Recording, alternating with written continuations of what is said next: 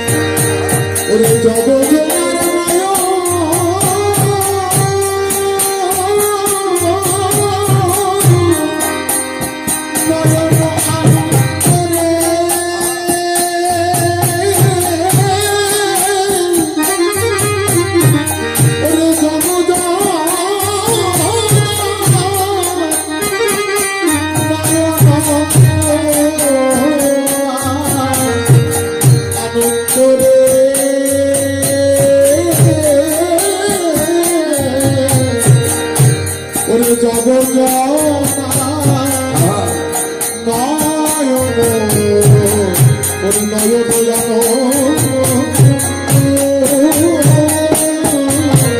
যেন আনন্দ হলো রে, আনন্দ হলো রে, আজ আনন্দ হলো রে, আনন্দ হলো রে আনন্দের মূরতি হেরে আনন্দ হলো রে, আনন্দের মুরতি আনন্দ হলো রে ওই আনন্দের মূরতি হেরে আনন্দ হলো রে, আনন্দের মুরতি হেরে আনন্দ হলো রে জগজ্জনের নয়ন মনে আনন্দ হলো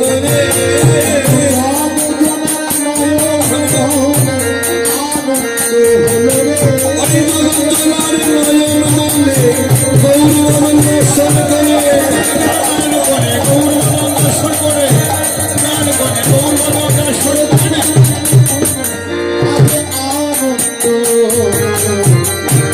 আনন্দ হলো রে,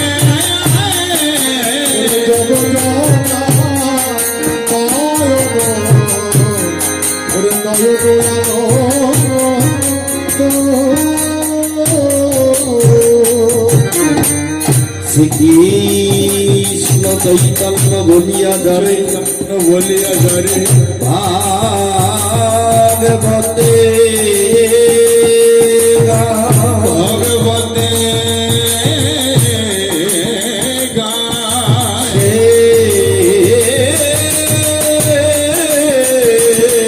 কৃষ্ণ চৈতন্য হইয়া চৈতন্য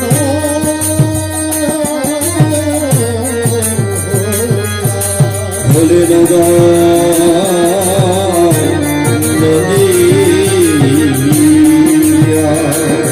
নদিয়া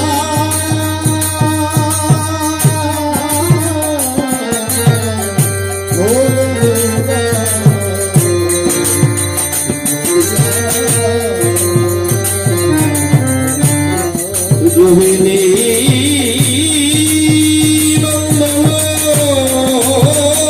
দিনী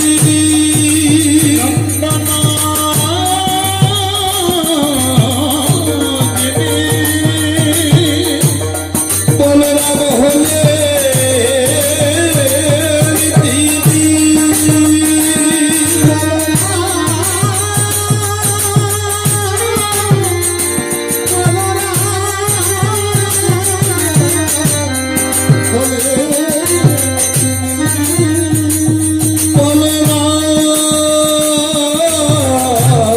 আমার আপনি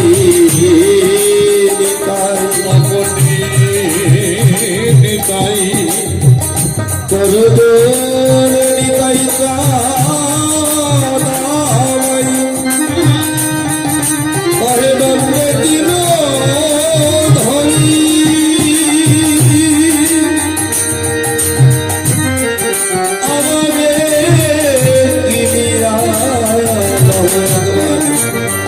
তোমরা বদন সময় হলো হরিবল হরি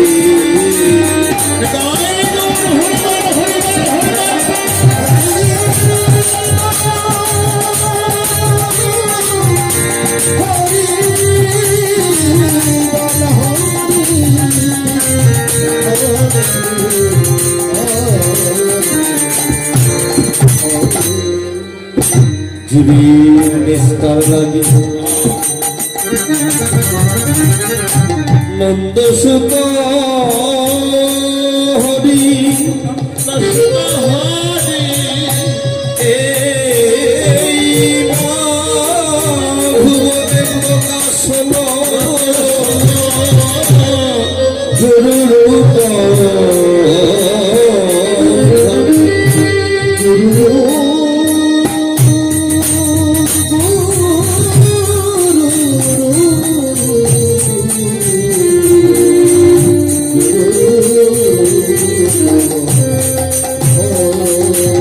তার সাক্ষী আছে নদিয়ার মাঝে জগয়ের মাথায়। মহাজন বললেন জীবের নিস্তার লাগে নন্দ সুত হরি ভুবনে প্রকাশ হলো গুরু রূপ ধরে। কেন? আমার ভগবান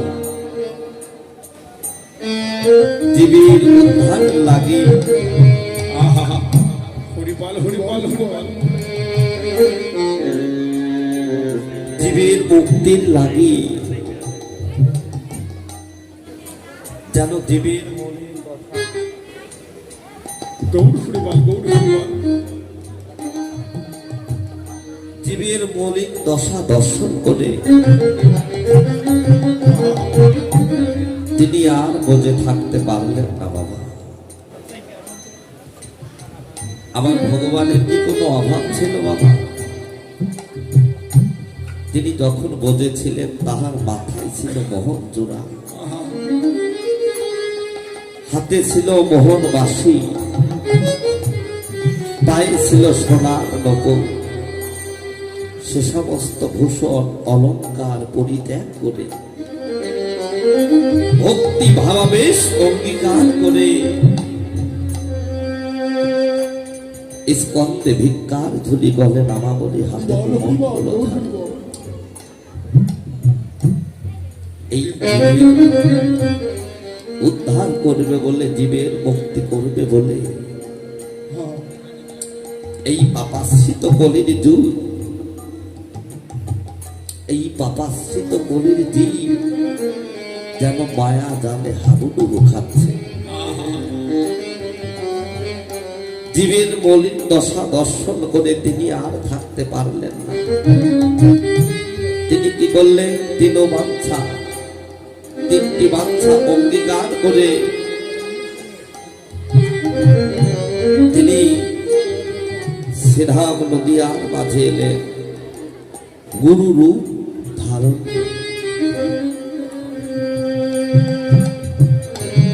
আমার ভগবান গৌর হরি নদিয়ার গৌর ভগবান, তারও কিন্তু বাবা 5 জন গুরু ছিলেন। আর আমরা তো সাধারণ মানুষ বাবা, আমাদের কয়টা গুরু আছে? যিনি ভগবান, সেই ভগবানেরও কিন্তু 5 জন গুরু। দেখা যায় বাবা, আমরা ধরাধামে এসেছি, অনেকেই দীক্ষা মন্ত্র গ্রহণ করেছি এবং অনেক পিতামাতা গুরুজন বলে শিক্ষা মন্ত্র নিতে হবে না, এই এক মন্ত্রই হবে। বাবা, দীক্ষা মন্ত্র নিলে কি হয়? হাতের দল শুদ্ধ হয় কিন্তু দেহটা শুদ্ধ হয় না। এই মানব দেহটা শুদ্ধ হয় না। একমাত্র মানব দেহটা কোন দিন শুদ্ধ হবে? যেদিন সেই গুরু হেন ধন, কৃষ্ণ হেন ধন আমি ধরে রাখতে পারি। যেদিন হতে আমার এই মানব দেহ হতে সেই পিতৃ হেন ধন অবিনষ্ট না হবে, সেদিন থেকে আমার এই দেহটা হবে পবিত্র। সেই পবিত্র করতে হলে বাবা আমাদের উপাসনা তত্ত্বের প্রয়োজন। উপাসনা তত্ত্বটাই হলো জীবের বাঁচা মরার সন্ধান। সেই সন্ধান যদি আমরা গ্রহণ না করি বাবা, তাহলে কিন্তু বাবা এই দেহ শুদ্ধ হবে না।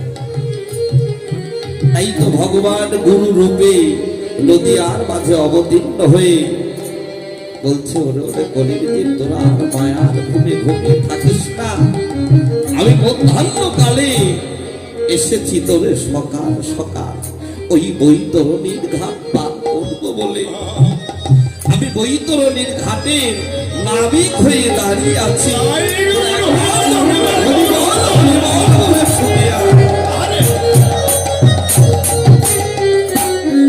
তাই তো এহেন ভাব দর্শন করলেন বৈষ্ণব কবি। দর্শন করে তিনি পদ রচনা করলেন দিনের দুপুর বেলা। হেমশাই অতি গোড়া। হেম মানে কি বাবা?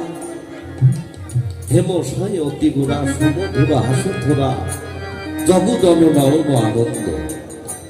যেন আজ বড় আনন্দ হলো। কেন হলো? আনন্দের মূর্তি দর্শন করে, সেই উপাসনার মূর্তি দর্শন করে আজ বড় আনন্দ হলো। ভালো কিছু দর্শন করতে হলে বাবা এই চর্মচক্ষু দিয়ে দর্শন করা যায় না। যেমন দুর্গা দেবীর 3টি নয়ন আছে, প্রত্যেকটা মানুষেরও কিন্তু বাবা 3টি নয়ন আছে। এই কপালের মাঝখানে কিন্তু বাবা আরেকটি নয়ন আছে। সেই নয়নটা কোন নয়ন? সেই নয়নটা হলো দিব্য নয়ন, সেই নয়ন হলো ভক্তির নয়ন,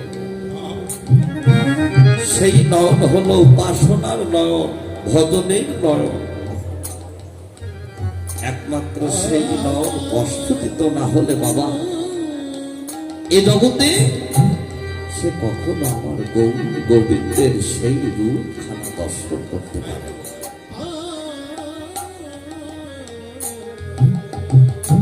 তাই তো মহাদেব বললেন বড় আনন্দ হলো, আনন্দের মূর্তি দর্শন করে আজ বড় আনন্দ হলো। বাবা এই বিশ্ব জগতে কি সবার নয়নে দর্শন হয়? সবার নয়নে দর্শন হয় না। তবে কাদের নয়নে দর্শন হয়? মহাজন বলল হলো তাদেরই আনন্দ, তাদেরই আনন্দ। তারা কারা? পূরব লীলায় যারা ছিল এই লীলায় তারাই তারাই আছে। পূর্ব জন্মে আছে যার সাধু সংস্কার, দেখিতে শুনিতে হয় বৈষ্ণব আচার। কেননা আমরা কোথায় ছিলাম বাবা? মহাশূন্যে। আমার আসল পরিচয় কি আমি জানি? আমি কে? আমি কোথায় ছিলাম? এসেছি কোথায়? আবার যাবো বা কোথায়? আমি ছিলাম মহাশূন্য আকাশে। আমার পিতা এই হরি নামে খেলা খেলবে বলে ভগবানের কাছে প্রতিশ্রুতি হয়ে আমার পিতা হরি নামের খেলা খেলতে গিয়ে আমাকে ওই মহাসমুদ্রে, মহাসাগরে, মাতৃগর্ভে অন্ধকার জগতে আমাকে ছেড়ে দিল। যখন আমি বাবা ওই মহাসমুদ্রে আমি ভেসে যাই, আমি তো একটা ভাষা মানুষ বাবা, আমার কোনো মূল্য আছে? একটা নদীতে যদি একটা শুকনা কাঠ আপনি ভাসিয়ে দেন, সেই শুকনা কাঠটা কিন্তু জলে ডোবে না। তবে জলে ডোবে কোথায় দিলে? যে নদীর জলটা সদা সর্বক্ষণ খোলা থাকে, যে নদীতে সদা সর্বক্ষণ স্রোত করে, সেই স্রোতের জলের মধ্যে যদি কেউ শুকনা কাঠ ভাসিয়ে দেয়, ওই নদী জলের মধ্যে পলি মাটি থাকে। এক সময় দেখা যায় ওই পলি মাটি ওই শুকনা কাঠের গায়ে লাগতে লাগতে এক সময় দেখা যায় জলের নিচে ডুবে যায়। আমাকে যখন মহাসমুদ্রে ভাসিয়ে দিল, মহাসাগরে আমি ভেসে যাচ্ছিলাম, আর প্রভুর কাছে কত কাঁদাকাটি করছিলাম, হে দয়াময়, হে করুণাময়, শুনেছি যার কেউ নেই এ জগতে তুমি নাকি তার। এই পতিতকে তুমি একবার কৃপা করো, এই পতিতকে তুমি একবার উদ্ধার করো।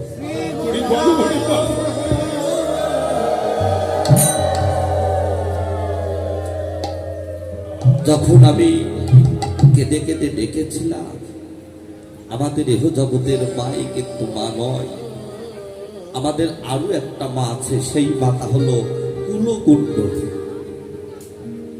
কুলকুণ্ডলী শক্তি যদি জাগ্রত না হয় বাবা, এই জগতে সে কখনো কৃষ্ণ ভজনে লাগে না। একমাত্র কুলকুণ্ডলী শক্তি কি একমাত্র আমার সাধু দুর্গোষ্ঠম নামে। কুলকুণ্ডলী মাতা তিনি দেখলেন, আহা এতে মহামূল্যবান বস্তু। মা তো সইতে পারলেন না। আমি যখন ভেসে যাচ্ছি তখন মাতা আমাকে ওই সমুদ্র থেকে সাগর থেকে তুলে আমার বক্ষে ধরিল। গৌরহরির কৃপায় যখন মানবের আকৃতি পেলাম তখন প্রভুর কাছে অনেক কাঁদাকাটি করেছিলাম, হে প্রভু আমি আর কতদিন আমি এই নরক যন্ত্রণা গর্ভ যন্ত্রণা আমি ভোগ করব। হে প্রভু তুমি একবার কৃপা করে আমায় ধরাধামে পাঠাও।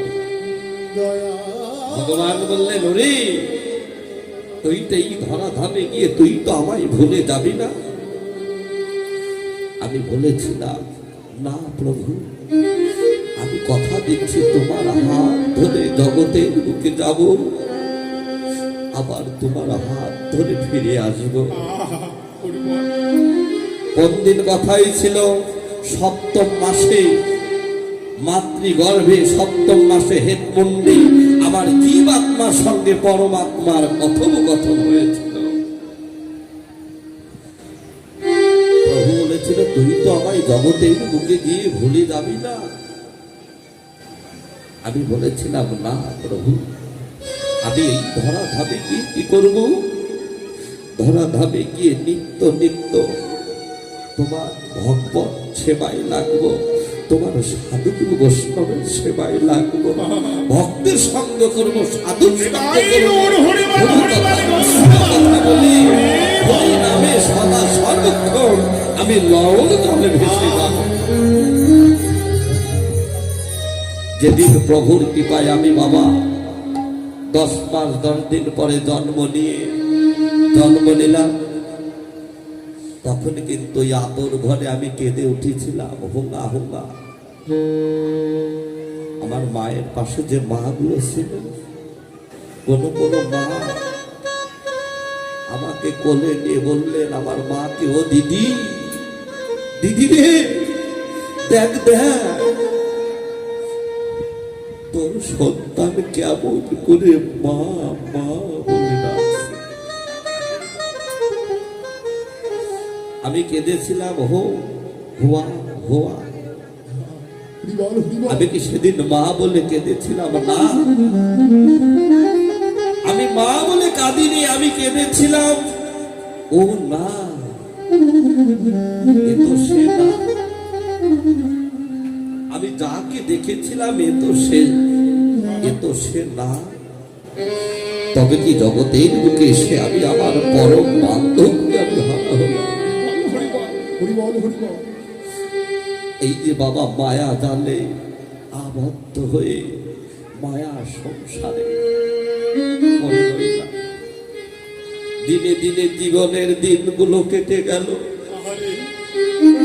যাকে ভালোবাসবো বলে, যার ভজন করবো বলে, যাকে সাধনা করবো বলে তাকেই ভুলে গেলাম। তাদেরকে ভালোবাসার কথা ছিল না, আজ তাদেরকে পেয়ে ভগবানকে ভুলে গেছে।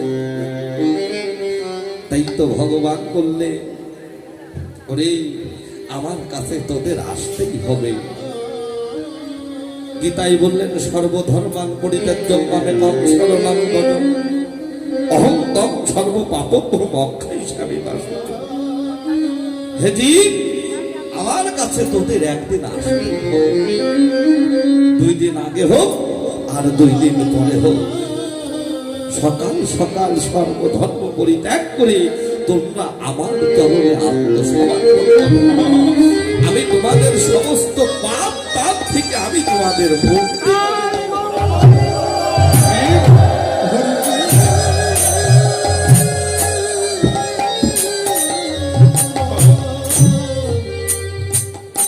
তাই তো সাধু বৈষ্ণব আমার সব ধর্ম সব ধর্ম ত্যাগ করতে বলেনি। কেননা আমরা বুঝি না তাই বলি। সর্বধর্ম ত্যাগ করতে বলেনি। একটা মানব হয়ে এই মানব দেহটা গঠিত 10টা ইন্দ্রিয় 6টি রিপু দিয়ে। ভগবান বললেন তোমার 10 ইন্দ্রিয় 6টি রিপুকে তুমি সকাল সকাল জয় করে যদি আমার চরণে তুমি আত্মসমর্পণ করে তোমাদের মুক্তি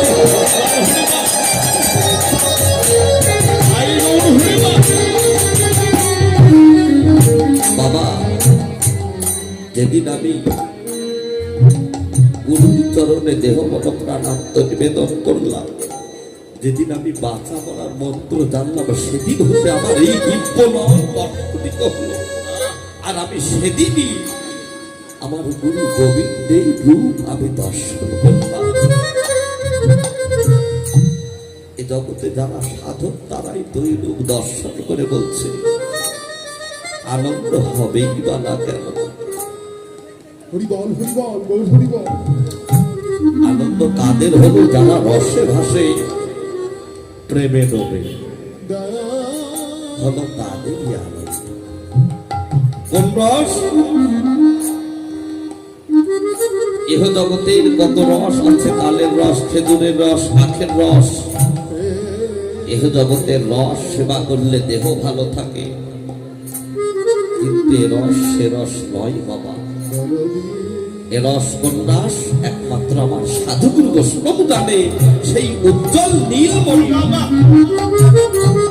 সেই উজ্জ্বল নীলমণি রসে যারা গুরু চরণ আশ্রয় করে নিত্য নিত্য যারা ভাসতে পারে,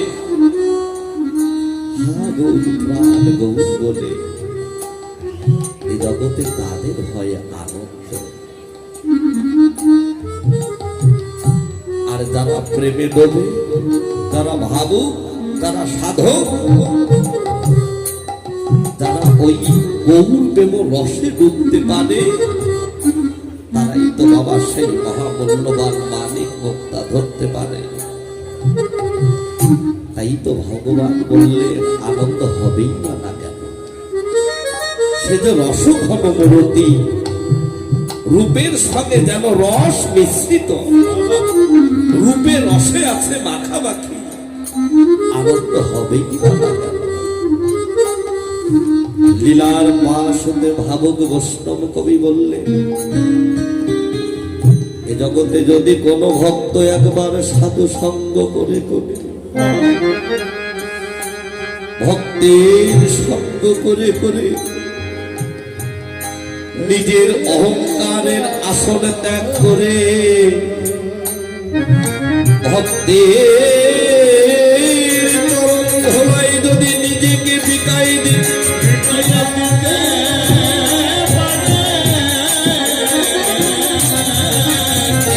সাধু সঙ্গ করে করে ভক্তের সঙ্গ করে করে যেদিন আমার সাধু বৈষ্ণবের কৃপা হলো, সেদিন হতে কি হলো? আমার গৌরের রূপ দর্শন হলো। দর্শন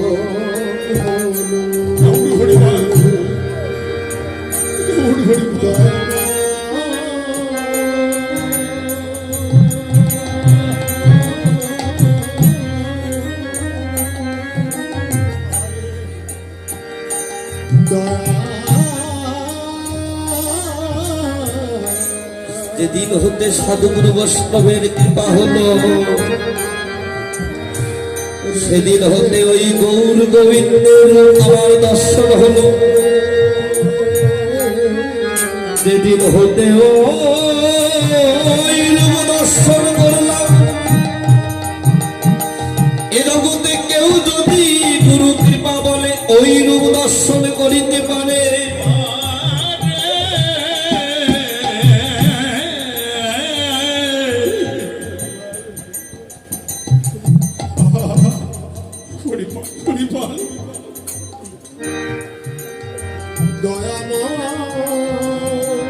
গুরু কৃপা বলে, কৃপা বলে ওই মধুর খালি দর্শন করিতে পারে, সেদিন হতে ইহজগতের তার ঘর হয়ে যায় জঙ্গল। একমাত্র এই জঙ্গল হয়ে যায় তার ঘর। ওই বন হয়ে যায় একমাত্র তার কাছে ঘর।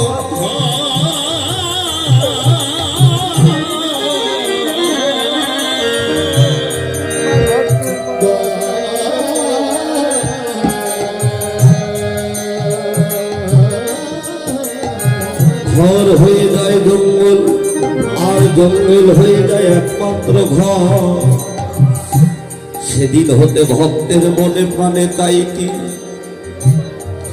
হে প্রভু গৌর হরি, তুমি একবার কৃপা করে বলো বলো, আমরা কোথায় গেলে হরিবল হরিবল। তোমার ভক্তের সঙ্গ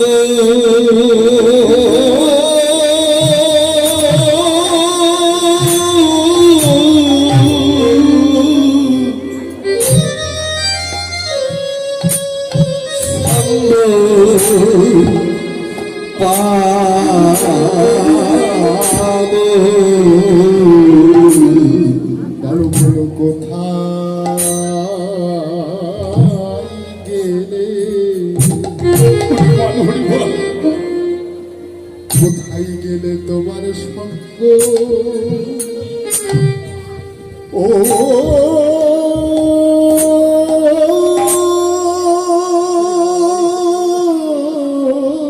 আহারে তোমার সঙ্গ পাবো। বলো বলো কোথায় গেলে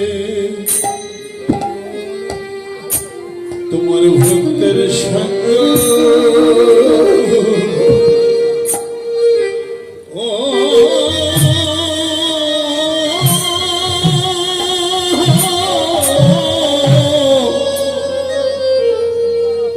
সঙ্গ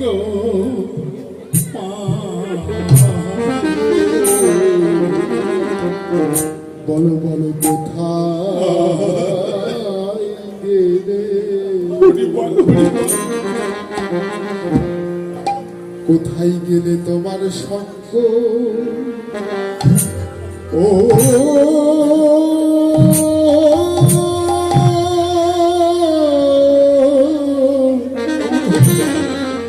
তোমার সঙ্গ পাবো। তোমার সঙ্গ বিনে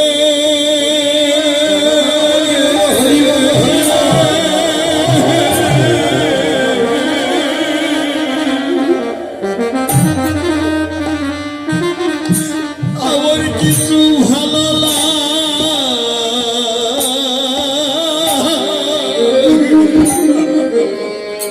হরিবল হরিবল। বলো বলো কোথায়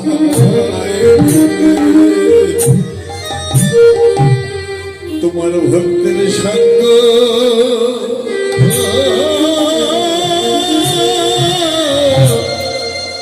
সঙ্গ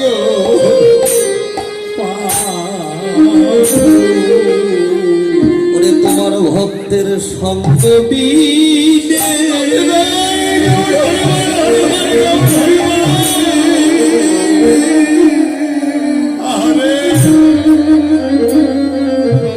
ওরে তোমার ভক্তের সঙ্গ বিনে যাবা,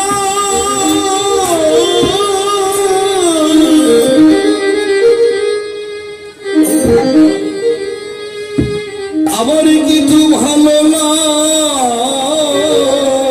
না,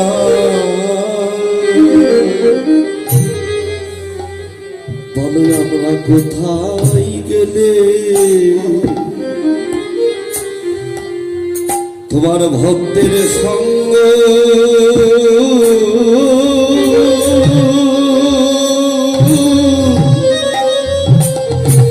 সঙ্গ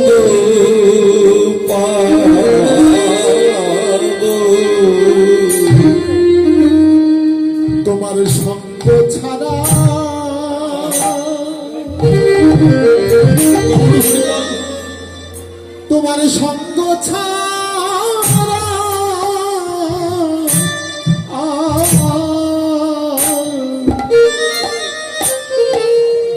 আমার কিছু ভালো লাগে না। বলো বলো কোথায় গেলে তোমার মধুর ভক্তের সঙ্গ ও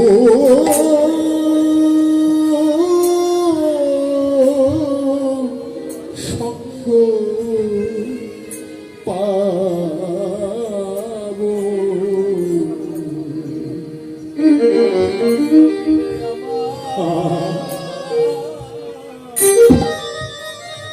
আমার কিছু ভালো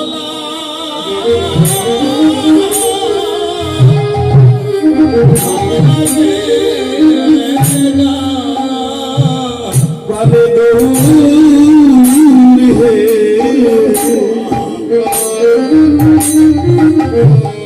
বলো আমরা কোথায়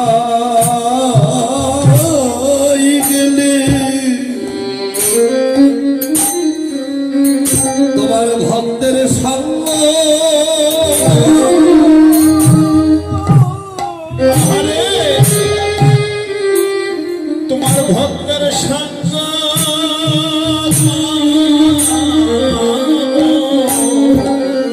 প্রাণ গৌর হে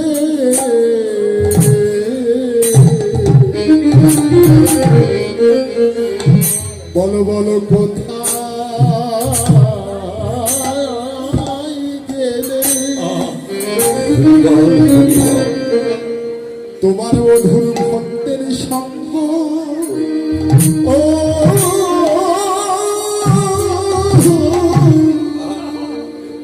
ভক্তের সঙ্গ পাবো। ওরে আমার এই প্রাণে কাঁদে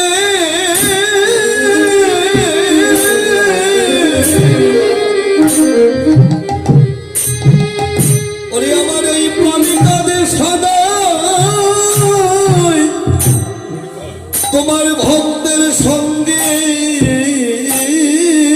লাগি প্রাণে গৌর হে বলো আমরা কোথায় গেলে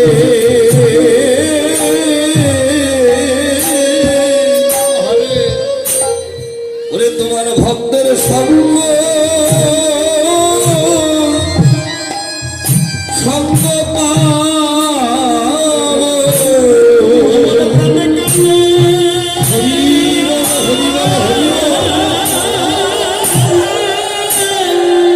ওরে আমার প্রাণ কাঁদে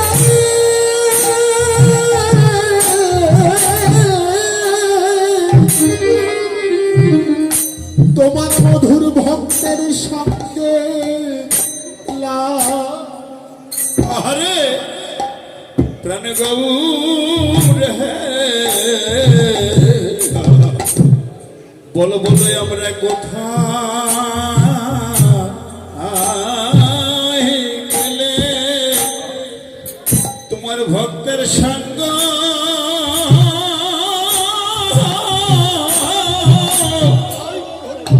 সঙ্গ পাবো। বলো আমরা কোথায় গেলে তোমার ভক্তের সঙ্গ পাবো ভক্তের তরে ধোলাই করি গাবো।